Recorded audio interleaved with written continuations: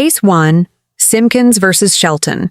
The car repair debt, Ms. Simpkins, the plaintiff, paid $5,641 for major repairs on a 2004 Dodge Stratus that her daughter Shelby co-owned with the defendant, Mr. Shelton.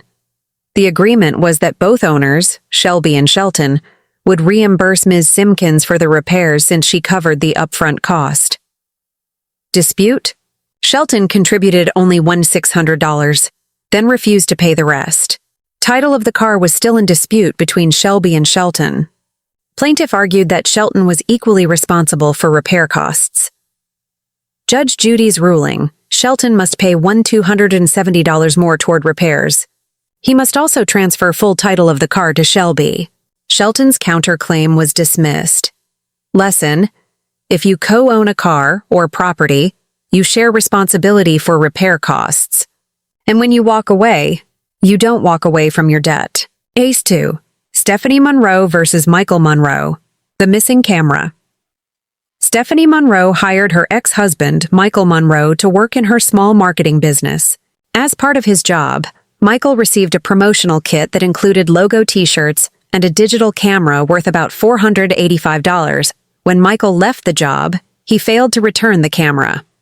Instead, he claimed the camera was stolen from his home.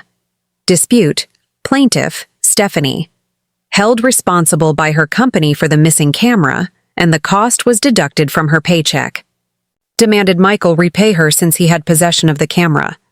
Defendant, Michael, claimed the camera was stolen, provided no police report, no evidence, and no proof of theft. Judge Judy's ruling: Judy rejected Michael's excuse, stressing that entrusted property must be returned or replaced. Stephanie was awarded $200, less than the full $485 claimed, but enough to establish Michael's responsibility.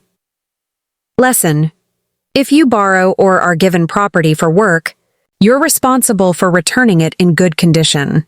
Excuses like it was stolen won't hold without evidence. Case: Lawson versus Bennett. The impound car debt. Ms. Bennett's car was towed from her neighborhood because her parking pass had expired. To retrieve the vehicle, she needed to pay fees that started at $130 but grew larger as days passed. She didn't have the money at the time, so she talked to her friends, including Ms. Lawson, the plaintiff. Eventually, Lawson stepped in and paid $395 to get Bennett's car out of impound.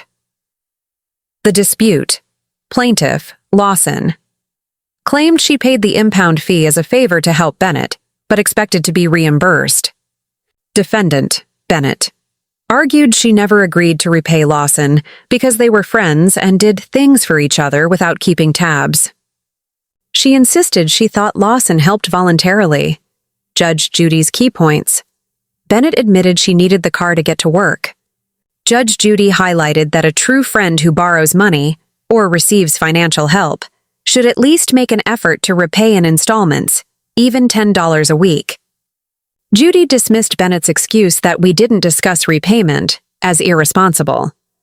The judge emphasized that Lawson wasn't wealthy. She worked as a server, not someone who should be forced to pay for Bennett's negligence.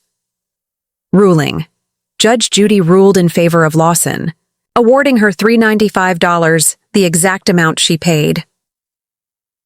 Lesson: friendship doesn't erase financial responsibility. If someone steps up to cover your mistake, decency requires you to pay them back, even in small amounts.